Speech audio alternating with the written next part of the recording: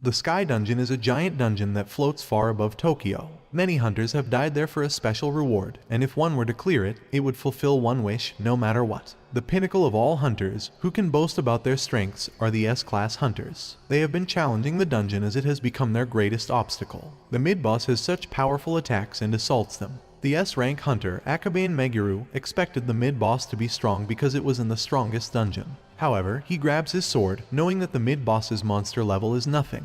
He runs towards the monster, but before he can get closer, it screams in anger and launches itself at him to attack. Fortunately, he avoids it. He attacks it while passing behind it, then stops to avoid the monster's attacks. He realizes that it will work at his current range, so he activates his power and gathers it in his hands while looking at the monster in front of him. The monster swings its body to attack him, but he bends down in time to avoid it. He sees an opportunity and immediately releases his power from above to hit the monster's head. His attack pierces the monster's head, making it collapse on the ground. He turns around to leave while the monster behind him turns into ashes, and his comrades cheer on his victory. Later, they are resting near the bonfire they made. S-rank hunter brave warrior Matsubara Miyoshi praises him, asking if he really can do anything, and tells him that he is glad they are allies. S-rank hunter brave healer Akabane Kana runs toward him, telling him that he was so cool. She lovingly hugs him. Meguru thanks her for the compliment and tells her that he was only able to fight because she is there, but she shyly replies that he didn't need any healing. He sits down, telling her that it was not what he meant, and she knows what it was. She sits down next to him and leans her head on his shoulder, and he pats her head lovingly. 3 years ago, Meguru was bitten by a wolf and thrown away. Fortunately, he was caught by Kana and his parents while the wolves were looking at them hungrily. His father swings the pipe he is holding to make the wolves scared.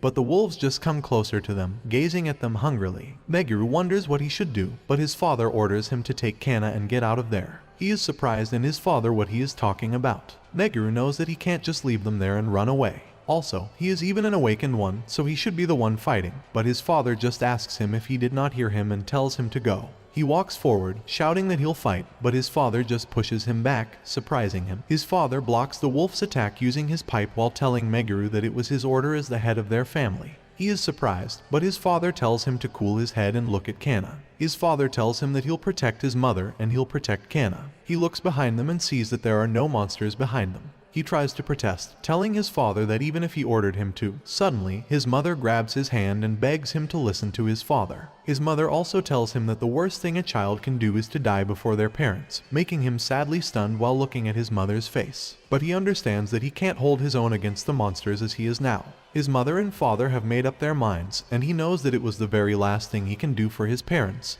so he has to do it. He tells his parents that he got it, then he hugs Kana, telling his father that he'll leave his mother to him, and he'll take care of Kana. His father, with his mother surrounded by wolves, smiles at him and tells him that he's counting on him. Slowly, his father's smile fades, and he shouts at him to leave. He immediately grabs Kana's hand and runs to the back where there are no monsters. He knows that he's not alone and that he has someone to protect. That is why he can fight. He praises his allies' good job and tells them that they'll set up their camp there for today. Miyoshi replies that the monsters have stopped showing up after they took down the floor boss. Then they set up their sleeping camp to rest for the day. Miyoshi drinks something and tells them that those provisions taste like sheets no matter how often he drinks them. Meguru replies that provisions are the only thing that has a good balance of nutrients, but once they clear the dungeon, they won't have to live like that anymore. He tells his allies that once they are done fighting, they'll get any wish fulfilled, no matter what. His wish as a hunter will be to erase the dungeons from their world forever, leaving his allies speechless, and Miyoshi tells him that he did mention it.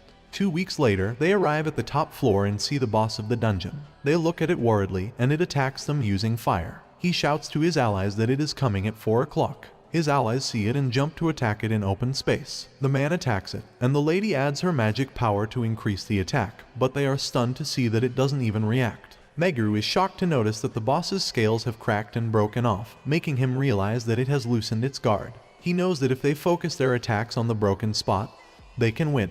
He immediately launches forward to attack it, but the boss attacks him using its tail. Kana worriedly asks him if he is okay, and she immediately heals him. He thanks her while realizing that it was close and he could have died. Suddenly, he notices something and orders his allies that the rear guard should focus on its eyes, and the rest of them will keep it in check. His allies obey him and attack, while he realizes that after those 2 weeks, he finally understands the meaning of fighting as a party. He has never had companions he could rely on before. He has never fully trusted anyone besides Kana, but he thinks he can trust those guys to have his back. the fusion between sword and magic that only he, the jobless one, can do. He raises his swords in the air and slashes the boss monster's body. It collapses on the ground dead, and he excitedly turns back to tell his allies that they did it, and now the world will finally be at peace. But suddenly, someone stabs him from behind, and he sees Kana being stabbed in front of him while trying to run to him. Miyoshi tells him that this is where they stop playing friends, and their points of view are just too different, while pulling his sword back. He looks at Miyoshi confused, but Miyoshi just tells him that he is a bastard who wants to erase all dungeons. His other allies teasingly explain to him that they just don't want to erase the status they have built up for themselves. He kneels down on the ground bleeding, while his traitorous allies look at him, smiling and looking down at him.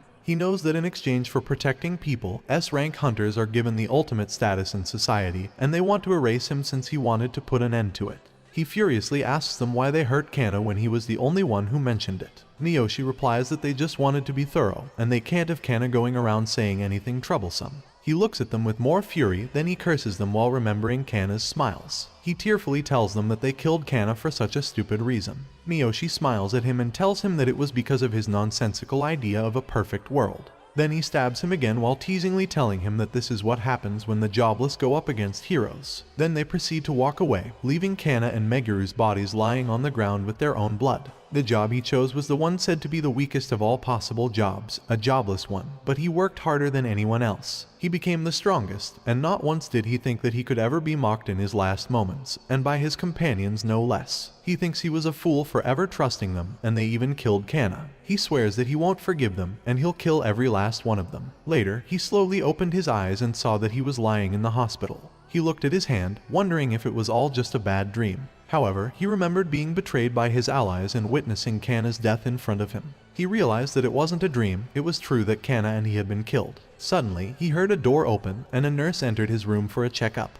She was surprised to see that he was awake and called him Izumi, leaving him wondering who Izumi was, while the nurse called the doctor. The doctor arrived, checked on him, and advised him to take it easy for a week or so. Afterward, they left him alone. He stood up, wondering why he was in the hospital. He was shocked to see that he didn't have any scars on his body, making him wonder if his wounds had healed. He looked at the window mirror and saw his face. He was shocked to see that his appearance had changed, making him question if he had become a different person. Suddenly, Kana burst into his room, surprising him. Kana called him Meguru and expressed her relief that he was finally awake. Kana sat down next to him and began telling him everything.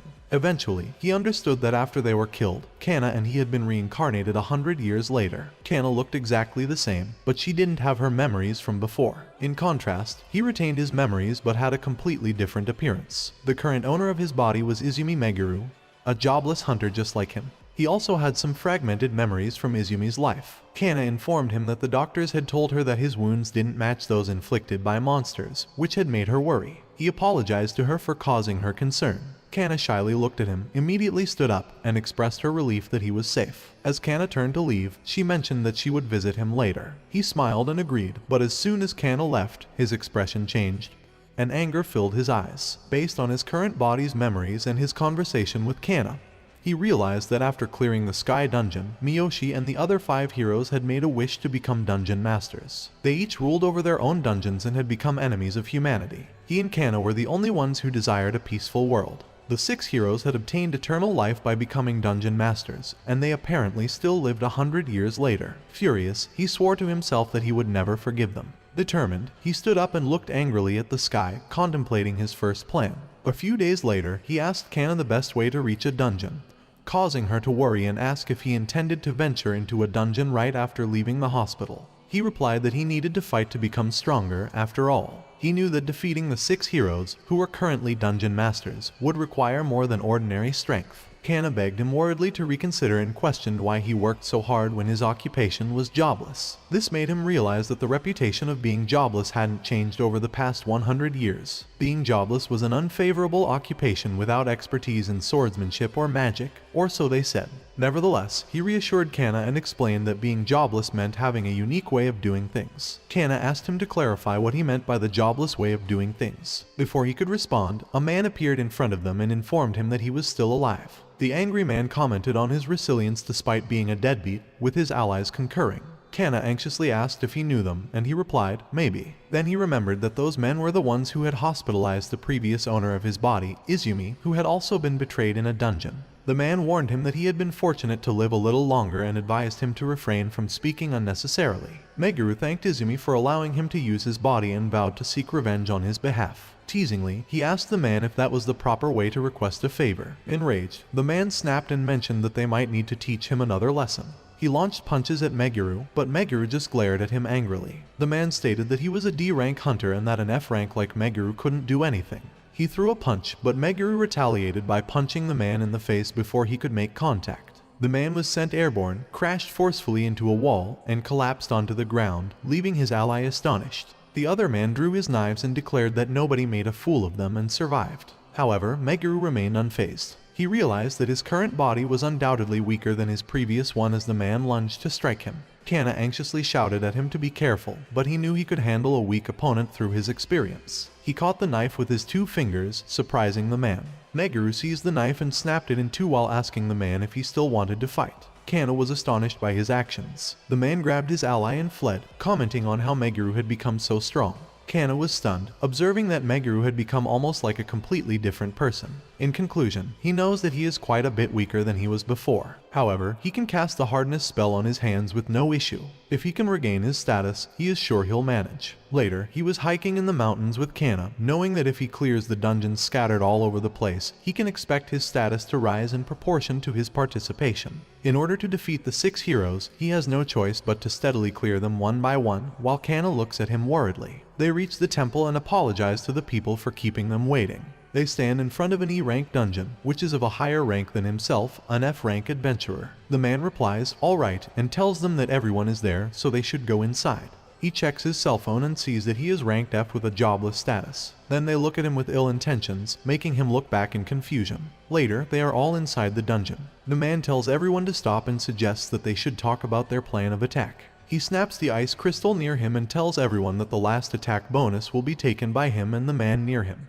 Then he breaks the ice crystal with his hand while asking if anyone has a problem with it, to which the other 2 shake their heads in agreement. The man is pleased with his allies' answers and is about to arrange the plan. But someone asks why, making the man angry. Meguru asks the man if it shouldn't be split with the entire team, surprising Kana and the other 2. Kana tries to stop him, but he tells her that everyone wants the bonus. The man explains to him that if he, as the leader, doesn't deliver the final blow, it could be dangerous. He tells him that he thinks he doesn't even know something like that. But he disagrees and tells the man that it'll be fine if they just fight carefully. He says it would be no problem for him at all, making the man snap in anger. The man swings his sword near his neck and tells him that he is low-ranked and even jobless, so he should not push his luck. He looks at the man, pissed, but suddenly the other man appears in front of him and holds his shoulder, telling him that in a dungeon, the leader's words are absolute. The man activates his powers and threateningly tells him that weaklings should just keep their mouths shut, but he just looks at the man's hand on his shoulder. Someone claps to get their attention. The man tells Meguru that he gets that he wants XP, but he thinks it would be better if they just follow the leader's words. Kana also calls his name in fear, making him realize that he shouldn't argue there. He tells the men that he understands, but the man still threatens him to watch his tongue and tells them that the loot is also theirs. Loot is different from the reward offered by the Hunters Association. It refers to all the raw materials gathered in the dungeon. He notices that he can find greedy people everywhere and tells the men to suit themselves. Then they proceed to continue walking. Later, they see red eyes in the distance, which means they have arrived at their destination. The monsters glare at them while growling in anger. The man calls his ally a bastard and orders them to attack, to which the 2 jump into action. The girl shoots arrows at one of the monsters while the other one stabs the other monster. When the man sees that the monsters are heavily damaged, he tells his ally that he'll finish them off. He slashes one monster in half, while the other man burns the other monster. Meguru sighs while looking at them. A monster runs towards him. He activates his magic power, jumps into the air to avoid it, aims at the monsters below him, and attacks them in just one hit using his magic power. The man is stunned to see it and asks who in the world he is. The monster notices the man, runs towards him, and attacks him. Meguru sees it and hits the monster away using his magic power, making it slowly disappear. He looks at the man while aiming his hand at him, making the man turn pale in fear. Then Meguru gives the loot to him. The man says shit in anger and grabs the loot while telling him that he would have been fine without his help. He sighs and tells the man that if he doesn't have confidence in his own skills, it would be better to leave the rest to them. Kana points at herself in confusion because she thinks Meguru is talking to him, but the man tells Meguru to shut up and claims it was just a fluke. Then the man shakily stands up and tells the other man not to dawdle. He closes his eyes in frustration while Kana is worried beside him. He thinks it took more time than he expected. Later, they are in front of the boss room, the innermost part of the dungeon. The man calls his name and orders him not to move a muscle. He tells the rest to come with them. He sighs and asks what they are doing, but the man just tells him not to worry about it and says they'll take care of the boss in a flash, and teasingly telling him that a small fry like him should just listen and obey. Kana calls him worriedly, and he tells her that they'll go as well. Then they proceed to enter the room. Inside, the two men see a huge monster in the distance and comment that it is really disgusting.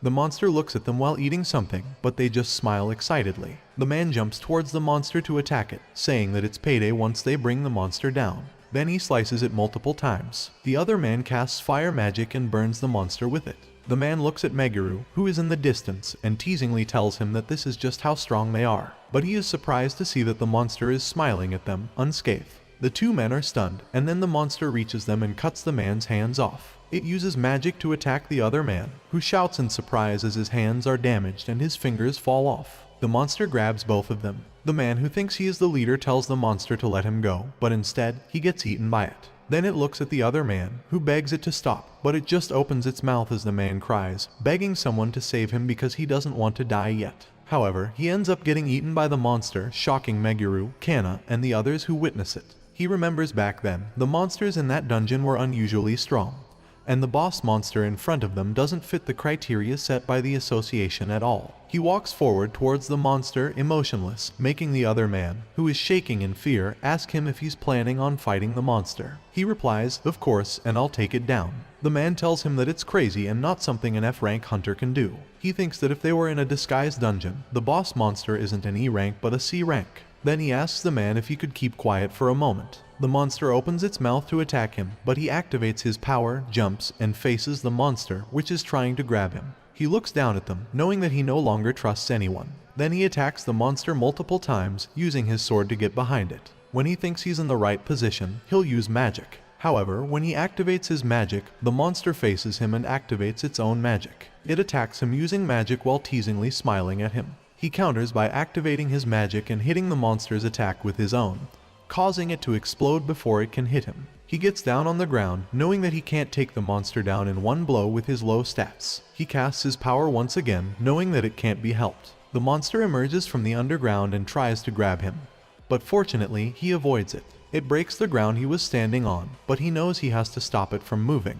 So, he swings his sword and slices off the monster's feet. It screams in pain, and he uses the opportunity to jump to its other foot. Then he slices off its other foot, causing it to collapse to the ground. Then he readies a spell he cast earlier was to make himself airborne. He jumps to the top of the monster, then he notices sharp ice crystals on top of them. He turns around in the air, while the monster behind him opens its mouth to bite him. He uses his magic to cut off the sharp ice crystals. They fall on the monster's head, piercing through its head. He gets down behind it, and it collapses to the ground, dead, as he walks away. Kana and the others are surprised to witness that he really took the monster down by himself. Kana tightly holds his weapon, sensing something. After defeating the boss, it emits a light and releases something in front of them. His attack increases by 15, attack speed by 12, magic attack by 13, magic speed by 11, defense by 7, and magic resistance by 7. He looks at his body, realizing that everything on him has increased by 5, and the XP efficiency is really the biggest advantage of being jobless. Kana tells him that she knows he isn't the same Meguru from before. Worriedly, he wonders if Kana has figured out that he is a different person. He turns around and asks Kana what she's talking about, but she tells him not to try to trick her and that there's no way he could have grown so much stronger in such a short amount of time. She also tells him that there is definitely something off and he has been hiding how strong he was all this time. He tries to explain to her, but Kana sadly asks him why he's been hiding it and if they aren't friends. He pats her head and tells her that he trained in secret because he wanted to protect her. It's what he truly feels, and he swears that he will never let something like that happen again. Then he tells Kana that they should get out of there and report to the association. Later, at the Shinjuku Branch Hunter Association, they are at the desk, and the lady asks them to confirm if they are saying that the boss of a C-rank dungeon was defeated by a single jobless hunter, and that it was a boss that killed 2D rank adventurers. The girl with them replies that it's true, and they saw it with their own eyes. The man at the desk tells them that it's just unbelievable and it would make more sense if they stabbed those two in the back after the boss was defeated or something. He realizes that they don't like the fact that a jobless hunter defeated the boss on his own.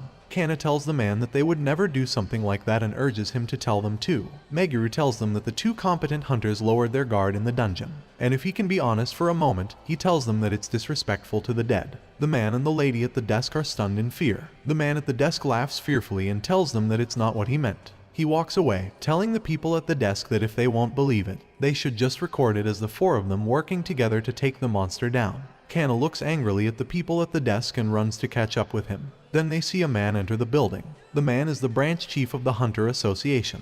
He looks at Meguru and notices a powerful aura behind him. His gaze is fixed on Meguru when the lady at the desk calls him worriedly. The chief glares at Meguru and wonders who he is. Kana calls him and asks if it's really okay for them to have left it like that. He replies that he doesn't care about getting the credit. Kana smiles and holds Meguru's hand, realizing that he's really the same Meguru he knows. According to Izumi's memories, Kana and he should live there, and they were next door neighbors. Later, he lies on his bed, looking at his phone and realizing that it's a modern smartphone. He thinks about how much everything has changed. While scrolling through his phone, he stops when he notices the news about Matsubara Miyoshi. His expression changes as he remembers how Miyoshi betrayed him and mocked him. He smiles, closes his phone, sits down on his bed, and tells Miyoshi that he's overjoyed to think that they could reunite so soon. Meanwhile, in China, Miyoshi asked the man if he had just said that the other dungeon masters had been slowing down. Butler replied, yes. Miyoshi smiled and remarked that after 100 years, it seemed like it was finally time. He then extinguished his cigarette and informed the man that he was heading out.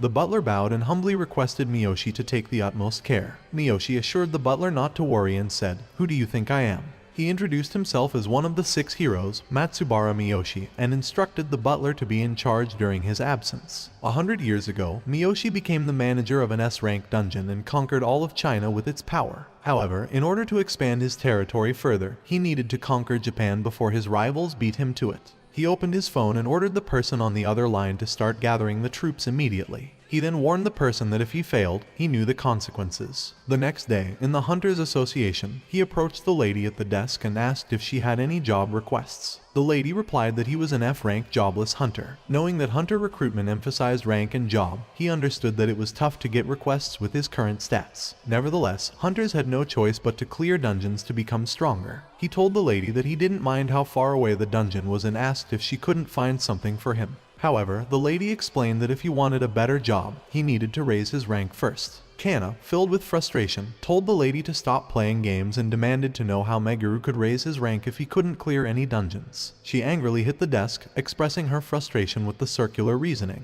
The chief of the Hunters Association came out, inquiring about the commotion and asking if something had happened. They explained the situation to the chief, who promptly apologized for the rudeness of their employees. The chief then looked at Meguru's record and suggested that if he wanted to raise his rank immediately, he should take the special exam. Curious, Meguru asked what the special exam was. The chief explained that every month, the hunter skill exam was held in an underground facility, and passing hunters would rank up regardless of their current rank. It was a tough exam, but there was no harm in giving it a try. Meguru asked what would happen if he failed the exam, and the chief replied that he could retake it or fulfill the requirements to rank up as usual. Meguru realized that the special exam had a low passing rate, but since there was no downside to taking it, he agreed to give it a shot. The chief smiled at his decision, and Meguru and Kana left. The lady asked the chief why he had recommended the exam to Meguru when nobody had ever passed it before. The chief replied that he was simply thinking that Meguru might be the first person to pass. 3 days later, in the underground facility of the Hunters Association, the instructor explained that the exam was simple. They had to defeat the monsters that would come from the room behind him. He clarified that the monsters used in the exam were created with mana from magic stones brought back from dungeons. Although they would feel pain, they wouldn't die even from lethal blows. If a monster was successfully defeated, it would turn to dust and disappear. The instructor finished the explanation and asked who wanted to go first. A muscular man wielding a sword stepped forward and expressed his desire to go first. The room opened, revealing a large crystal in the center. As he approached, a massive snake crawled out of it. The man shouted and stabbed the snake, only to be surprised that he hadn't even scratched it. His sword's sharpness broke against the snake's tough skin. The snake retaliated by pushing the man away, causing him to crash into the wall. Then, using its mana, the snake incinerated the man. The others were astonished, realizing that the man was incredibly strong, yet he had been defeated within minutes. It became apparent that the snake was a rank monster, making it impossible for them to defeat. The instructor asked if anyone else wanted to go next. Meguru raised his hand, surprising the instructor, but Kana knew he would step up. The room opened, and Meguru found himself facing a large lion. He jumped to attack, but the lion slowly cast a spell, catching him off guard. The lion released a fire attack, but he managed to dodge it. He falls to the ground, and the lion attacked him, but he blocked the lion's claws with his sword. Despite being pushed, he stabilized himself by stabbing his sword into the ground. He realized that the lion was incredibly strong and fast, knowing that even a scratch could mean defeat. However, he also knew there was a way. He jumped, raising his sword, and sliced the lion's paw. Enraged, the lion cast another spell to attack him, but he covered one of his eyes to activate his eye sensor, which revealed the lion's weakness. With his increased stats, he could utilize his body more efficiently. Swinging his sword, he managed to cut the lion's attacks multiple times before hitting him. He was grateful for the increased magic speed, as it allowed him to move more freely. The lion prepared to cast another magic attack, but he charged forward, simultaneously casting his own magic. He leaped onto the lion, preparing his magic at it, appreciating the versatility of his jack-of-all-trades job. His magic struck the lion's mouth, causing it to scream in pain before exploding. Later, in the lobby, people looked at him in awe. The lady fearfully handed over a card to him. He received it and saw that his rank had increased to rank E. Kana exclaimed that he had actually passed and praised his incredible achievement, considering that nobody had ever passed the exam before. He looked at her, puzzled, wondering what she meant by nobody. She explained that it was what the chief of the association had said. On the other hand, the chief smiled while observing them. As they walked away, two men called out to them from behind. Meguru glanced back to see who it was. The man in the suit asked him to confirm if he was Izumi Meguru and told him that he would be coming with them. Kana asked him if he knew those guys, and he replied, no, stating that he had never seen them before. They approached the men in suits, but Kana, looking worried, glanced around and grabbed his jacket, urging him to hurry home. He put his hand in his pocket, apologizing to her, and gave her a charm. Then he instructed her to take it and wait for him at home. She disagreed, but Meguru simply walked to the car with the men, despite Kana's attempts to stop him. Later, they arrived at a building, drove down to the parking lot, and entered an elevator. As they descended, they noticed they were going quite far underground. After a minute, they reached their destination and he saw a room guarded by two men. He entered the room and found an old man sitting on the sofa. He asked the man why he had been brought to such a place, but the old man just laughed and apologized. The old man explained that it was not an important matter. Then he opened a case, revealing a large sum of money. He told him that he thought he would offer to sponsor him. He estimated that the money inside the case was 100 million yen. The old man mentioned that his men had seen him at the special exam and asked him what he thought of earning 100 million yen a month, wondering if it was a bad deal. He inquired if the old man wanted him as his bodyguard or something similar. The old man replied that something along those lines might be part of what he would need to do. Confused, he asked the old man what kind of work he wanted him to do. The old man explained that they were a big-time organization involved in various activities. He noticed that the old man wouldn't divulge more information unless he accepted the money. The old man asked him if he will accept it. He understood that in order to find and get his revenge on the 6 heroes, he needed both time and money. Money was his greatest need, but he couldn't accept being restricted in his actions. Apologizing to the old man, he turned around and told him that he couldn't accept a sponsor at that time. However, he noticed that the lock on the door was digital. The man in the suit informed him that since he had refused, they couldn't allow him to leave alive. One of the men lunged to punch him. He remarked that the man was slow, but he ended up getting hit and was thrown hard against the wall. Looking at the man with confusion, he realized that the room had a limited oxygen supply. The corridor outside the room had air intake, but their current room was hermetically sealed. The man informed him that he wouldn't have enough oxygen unless he had one of those, showing a ring to him. He understood that it was a magical tool and the reason why they had brought him there. He stood up and told the men that they had honestly caught him by surprise. However, they had only slowed him down a little, and he believed he could still overcome the situation.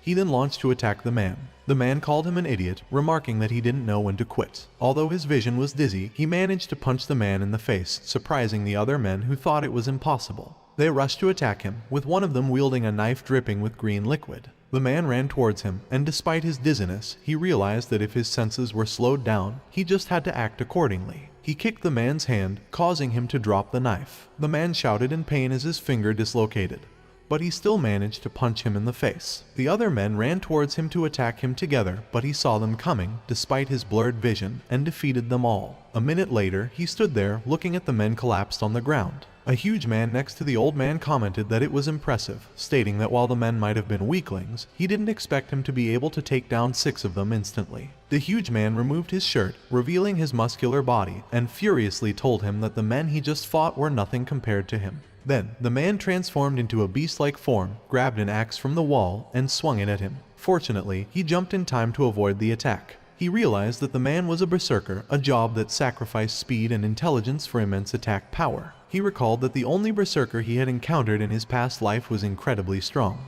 But in this case, he almost felt sorry for his opponent. He swiftly moved to the corners to get on top of the man, knowing that a berserker's weak point was their abysmal magic resistance, making them no match for someone like him, who possessed both high mobility and magic attack power. He cast his magic and attacked the man with it, confidently stating that it was over. The man shouted in pain and collapsed on the ground. Exhausted, he admitted that it had taken quite a bit of his stamina. The old man applauded him, acknowledging him as the hunter who had piqued his interest. However, the old man remarked that he had exceeded his expectations. He told him that he had enough of his nonsense and demanded him to open the door immediately. But the old man calmly asked him to calm down, pointing out that while he seemed strong, he still had weaknesses, and showed him his phone. He was taken aback to see Kana being tied up and held hostage. He realized it was Kana's room and accused the old man of following her. The old man explained that his underlings had acted on their own accord, mentioning that many of his men were quite hot-headed. He then asked Meguru what he will do now. Meguru called the old man a monster, while Kana pleaded with him to save her, causing him to utter Kana's name angrily. The 2 perverted men looked at Kana, ogling her as their boss had given them permission to do whatever they pleased. They intended to indulge themselves to the fullest. One of the men grabbed Kana's shoulder, causing her to close her eyes in fear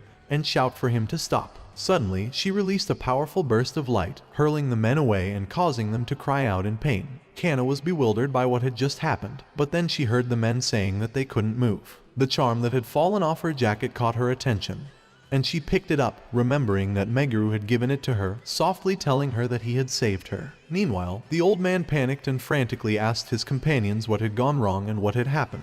He inquired if they truly believed he hadn't anticipated something like that. Meguru had crafted the charm using spoils from a disguised dungeon, turning it into a magical tool. By consuming magic stones, he could even activate it from a distance, setting the trigger to respond when Kana was in immediate danger. Although he knew it wasn't as good as if an alchemist had made it, Meguru found it easy enough to create a cheap imitation. He informed the old man that it would be best for him to open the door. The old man used his phone to open the door, and the digital lock emitted the sound of unlocking before the door swung open. Before Meguru departed, he questioned the old man about why he had chosen him. The old man replied that he had already told him and attempted to explain his reasons once again, but Meguru clarified that wasn't what he meant. He demanded to know why the old man had chosen a hunter who struggled to make an honest living. Fearfully bowing, the old man responded that he needed more manpower quickly, and that he was gathering strong hunters for a certain individual. Curious, Meguru asked who this certain person was. When the old man didn't answer, he swung his sword angrily and pressed it against the old man's shoulder, commanding him to speak. Trembling, the old man stared at the sword, fear evident in his eyes, and replied that it was Matsubara Miyoshi, the former hero. Meguru brought the sword closer to the old man's face, demanding to know why Matsubara was assembling a fighting force. The old man claimed he didn't know anything about it. Meguru made a small cut on the old man's face, but the old man vehemently insisted that he was telling the truth and that he genuinely had no knowledge of Matsubara's plans. Believing him, Meguru glared at the old man and warned him never to cross paths with Kana or him again. He then withdrew his sword, grazing the old man's face slightly, and walked away, leaving the old man kneeling on the ground, consumed by fear. Later, in their apartment, Meguru burst into Kana's room, filled with worry, and asked if she was all right. Kana was initially stunned to see him, but she quickly ran towards him, embracing him tightly. He inquired if she was hurt, and she tearfully reassured him that she wasn't. Shakingly, she showed him the charm, using it to express her gratitude, and he apologized for leaving her alone, assuring her that she had done well. As the tension eased, they faced each other calmly. Kana asked him if they weren't going to report the incident to the police. He replied that Miyoshi seemed to be involved, and the police wouldn't be able to do anything. Kana stood up in shock upon hearing Miyoshi's name, recognizing him as one of the famous heroes. Meguru simply told her that the most important thing was for her to pack her belongings. Confused, Kana asked why she needed to pack her things. Meguru explained that it was dangerous for her to live alone, so they needed to move. He walked over, holding something, and told her that she should relocate immediately. Kana asked where he was taking her, to which he replied that until they found a suitable place for her to live, he thought she could stay with him.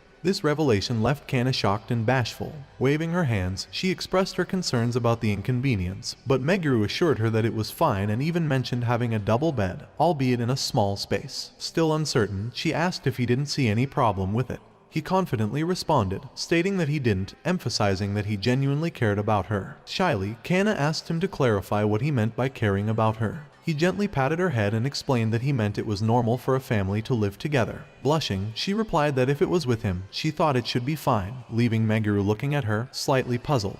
Meanwhile, elsewhere, Miyoshi was seething with anger as he demanded to know what had transpired. The fearful old man welcomed him back and promptly bowed, confessing that he had failed in scouting a particular hunter. Enraged, Miyoshi grabbed the old man by the hair, lifting him up, and ordered him to provide all the information he could gather about that person. The old man handed him his phone and revealed the name Izumi Meguru. Miyoshi's rage flared upon hearing that name, and he released his grip on the man. The old man informed him that Meguru was jobless but unreasonably strong. Miyoshi wondered if this unreasonably strong, jobless individual was the same person he knew, but he thought it couldn't possibly be. Deep in thought, he normally would dealt with Meguru right away immediately, but Miyoshi slammed the phone onto the ground, commanding the old man to thoroughly investigate Meguru, learn every little detail about him, and employ any means necessary. The next day, Kana woke up next to a sleeping Meguru. She looked at him and stared at him shyly, then she gently touched his face, making him emit a sleepy sound.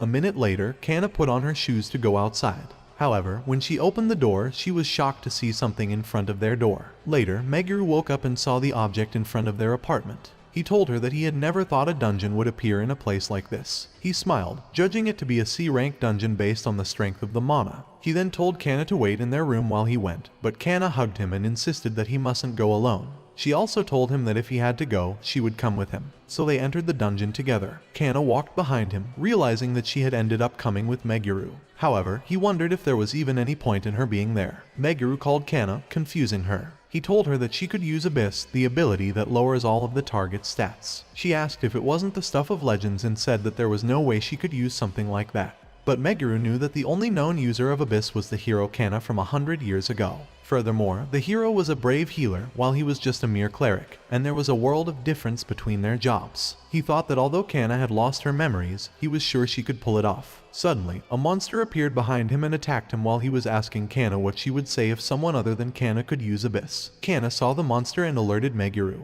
He angrily turned around, using his magic to trap the monster, then kicked it hard, causing it to slam onto the ground. Kana was shocked and asked what had happened. He replied that it couldn't compare to the real thing, but the jobless had the ability to do all kinds of things as well. Although it was a lesser version of what the hero Kana's ability would be, he could still use it. Kana told him that it was amazing and incredible, and she had no idea. She thought that being jobless was actually a pretty amazing job. He smiled and told her that he was sure she could do it as well. However, she replied that there was no way, it was impossible for her, and she told him that he was just special. Meguru told her that all she had to do was imagine the result and put together all the necessary components. Once the technique was carved into her soul, it was not easily lost, and she had already mastered all the basic parts. He told her to just believe in herself. Confidently, she replied, okay, and said that if he explained it like that, she would give it a try. She gathered all her magic power together, closed her eyes to focus, while Meguru wondered if Kana was not constructing a difficult spell all at once, but rather compiling simple spells on top of each other. He wondered if she could do it. The monsters ran toward them, and he alerted her that they were coming. Kana's closed eyes opened, and she attacked the monsters using her Abyss magic power. She pointed her wand at the monsters, and they were hit by a powerful blast of magic. She was amazed that she could do it. Meguru put his hand on her shoulder and praised her. Then he told her that while they were at it, they should learn force and adjustment. However, she panicked and told him that it was absurd. Later, a huge monster stood in front of them. It attacked Meguru, but he jumped backward to avoid it. The second spell she learned from Meguru was Force, a spell similar to Abyss but that raised stats instead of lowering them. He ran under the monster and activated his power, which was increased by Kana's force. Then he placed his hand on the ground and cast a strong magic spell. He struck the monster and burned it to death. He looked at her, smiling, which made Kana realize that he really could be of proper help to Meguru, and it made her very happy. He walked closer to her, thanking her for her help, and told her that he was honestly surprised by how much easier it was to fight. Kana shyly responded that it wasn't true, but Meguru told her that something was bothering him. He explained to her that her stats were supposed to increase after clearing the dungeon, according to its rank. Yet, suddenly, another portal appeared in front of them. Kana thought it looked like a portal, but it didn't look like the way out, and she had never seen anything like it. He wondered if it could be a double dungeon. Kana asked him to confirm if he said a double dungeon. He replied yes and explained that it was very rare to find a whole other dungeon inside one. The mana in the second dungeon was much denser, and the monsters seemed extremely strong.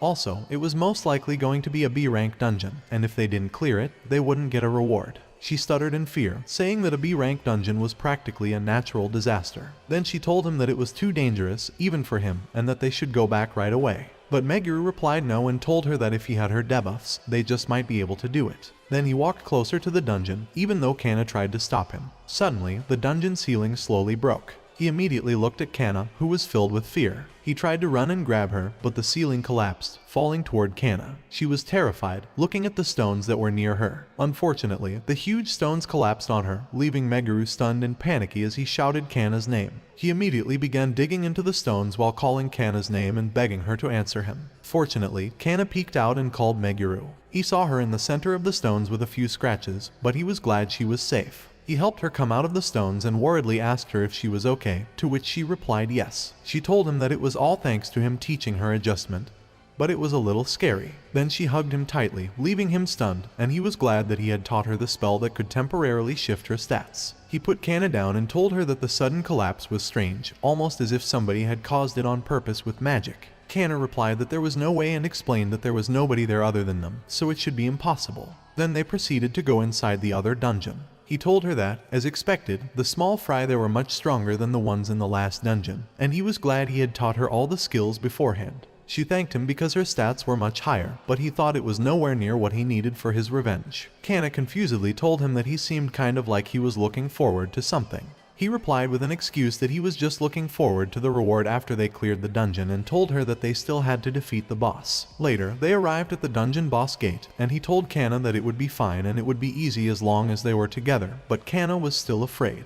They entered the gate and saw a three-headed monster. When it saw them, it immediately jumped toward them to attack. He shouted to Kana to support him, to which she immediately obeyed while Meguru was running to meet the monster. It attacked him with its claws, but he saw it coming and avoided it, then runs on its leg to reach its head. Then he jumped to attack it, but it raised another claw to strike him, making him surprised. It attacked him. Fortunately, he jumped backward just in time to avoid it, but he got a little scratch because of its attack force, and he expected that from a B-rank boss. He knew that it was a force to be reckoned with, so he avoided every attack while running toward its head, knowing that even wolves covered in the toughest of pelts have weaknesses, and a good example is the throat. He pulled out his knife and threw it toward the monster's throat, but it bent down, causing his attack to hit its teeth instead.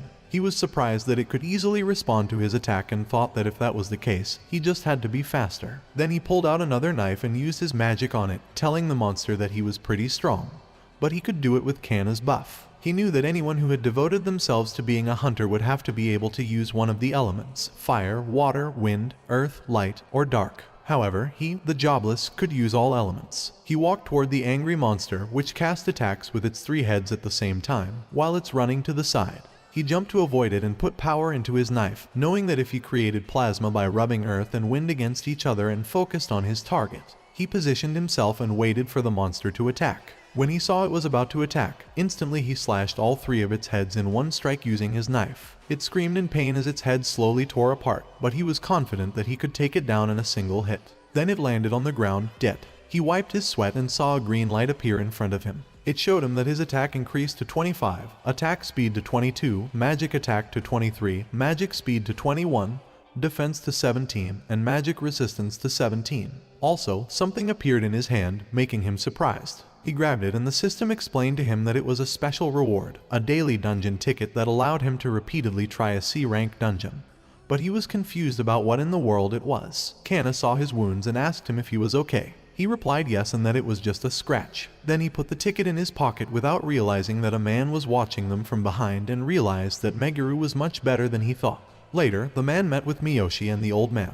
He reported to Miyoshi that regarding the investigation of Izumi Meguru, he had asked him to carry it out, and it turned out Meguru was pretty competent. The man lit up a lighter to smoke while telling Miyoshi that Meguru cleared the double dungeon he had set up without breaking a sweat. If Meguru was an ordinary jobless, there would be no way he'd have the necessary skills, stats, or experience to beat it, but he seemed to have plenty of it all. The man wondered what kind of life Meguru had led to have all that at such a young age. The man also told Miyoshi that the guy Meguru would surely climb to the top of the A rank. But Meguru also had one hell of a weak point. He put out his cigarette while telling Miyoshi that if he took advantage of it, Meguru would be less of a problem than an E-rank hunter. Miyoshi smiled and replied that he knew having Meguru investigated was the right choice. Then he nodded to the old man, who obeyed and opened the case full of money. The man asked him if it wasn't more than what he had asked for. The old man replied that it was his reward and down payment for his next assignment. The man sat back and asked them if they wanted him to kill Meguru. The old man replied that surely it was no big deal for the greater rank hunter Sato. Miyoshi handed a huge sword to Sato and told him to take it with him. Sato looked at him speechless, then breathed out while scratching his head. He replied that it couldn't be helped. Meanwhile, in Meguru's apartment, he took out the ticket while Kana was sleeping peacefully. Then he looked at the ticket, realizing that he had never seen such a magic tool before, and he hadn't shown it to Kana yet. But he couldn't help but wonder how exactly it worked. He let his mana flow and pictured a lock opening, knowing that he was currently in a C-rank dungeon and it should be easy enough. The ticket released a bright light and transported him somewhere. He was taken to a dungeon and landed safely in it. He looked around and realized that he had never seen that kind of dungeon before, and the exit was nowhere in sight, making him wonder if it meant he couldn't leave until he defeated the boss. Suddenly, a system appeared in front of him, showing the daily mission, 1 out of 100. Then he heard a rustling sound behind him, which made him shocked. He immediately turned around and was stunned to see a huge horde of monsters coming toward him, making him say that it was going to be exhausting. Then he proceeds to attack them. He slashes monsters to the ground, and his daily mission increases to 54, cutting in half the monsters in the air. His daily mission further increases to 65 as he slashes the huge monster crabs crawling toward him, reaching 82 and eventually 99. A minute later, he maxes out his daily mission of 100 out of 100 and wonders what comes next. Suddenly, he hears a loud growl and notices that it is coming from the ground, slowly breaking. He jumps in time to avoid the huge monster coming out from underneath him. He curses, knowing that the monster is clearly on a whole other level compared to the enemies thus far.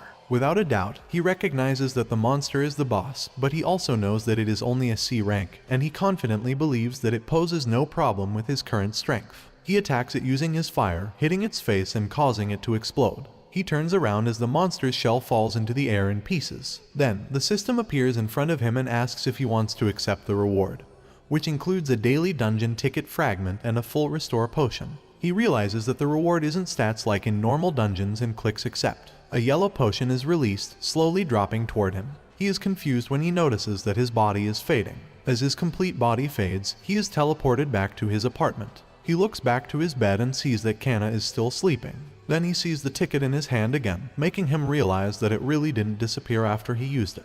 The next day, at the Hunters Association, they walk happily while talking when they hear someone telling everyone to look at Meguru. People look at them while chatting. He walks closer to the two men and asks if he has a stain on his face or something.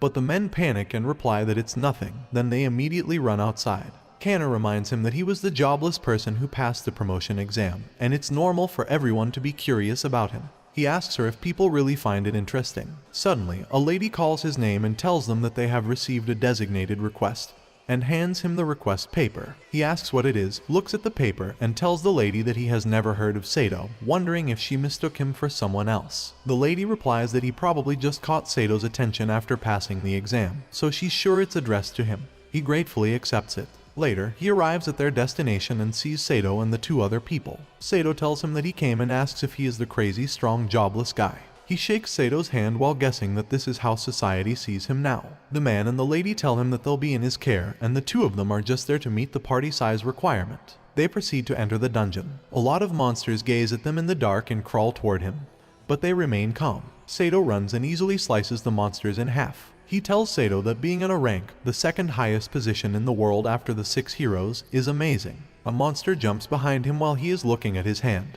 but he releases fire and easily burns the monster. Sato tells him that he is as good as the rumors say, and he fully understands it now that he has seen it up close and personal. Meguru thanks him. Sato also tells him that if that is the case, someone as strong as him should be able to clear a dungeon like this alone and suggests leaving all the scrubs behind. He replies that he doesn't mind and that it actually helps. Sato gives him a thumbs up, telling him that he and the others will be on loot retrieval duty. He is speechless and doesn't really understand what Sato is after, but he is grateful for the XP bonus he can get from a higher rank dungeon like that. He continues burning the small monsters using his fire. Later, as they walk toward the gate of the rank boss, he asks Sato why he invited him to the party. Suddenly, Sato's expression changes, and he grabs the sword Miyoshi gave him, replying that he never told him the reason. Surprised, he realizes that Sato is so fast. Sato swings his sword toward him and tells him that he invited him so that he could do that. Well guys, that's the end of the video. If you like this video, comment part 2 in the comments section. Also subscribe to the channel, hit the bell and like the video. Thank you for watching and see you next time again.